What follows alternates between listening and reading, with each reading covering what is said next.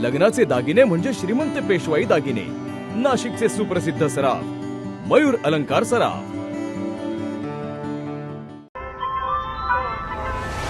ताज्या बातम्यांसाठी नाशिक न्यूजच्या YouTube चॅनलला सबस्क्राईब करा आणि बेल आयकॉनला प्रेस करा।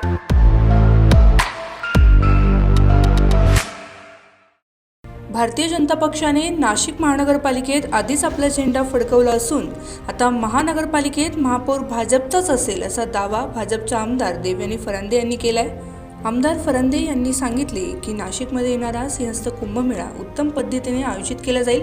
मुख्यमंत्री देवेंद्र फडणवीस आणि मंत्री गिरीश महाजन यांच्या नेतृत्वाखाली हे होईल। भाजपचा महापौर आणि प्रशासन शहराच्या विकासासाठी सर्वतोपरी प्रयत्न करतील अशी ग्वाही त्यांनी यावेळी दिली। मनापासून आनंद होतोय। भारतीय जनता पार्टीचा महापौर आता येणाऱ्या महानगरपालिकेच्या ह्याच्यामध्ये बसणार आहे।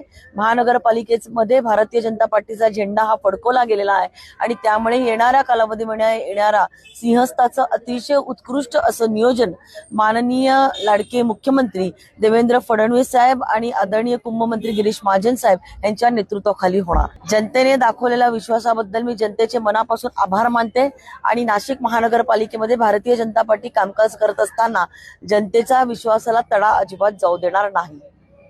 आमदार देवयानी फरांदे यांनी नाशिकच्या नागरिकांचे मनापासून आभार मानले। भाजप कधीही महापालिकेच्या कामकाजातून जनतेचा विश्वास तुटू देणार नाही आणि शहरातील विकास कामांना प्राधान्य दिले जाईल असेही त्यांनी यावेळी स्पष्ट केले। Bureau report, Nashik news, Nashik.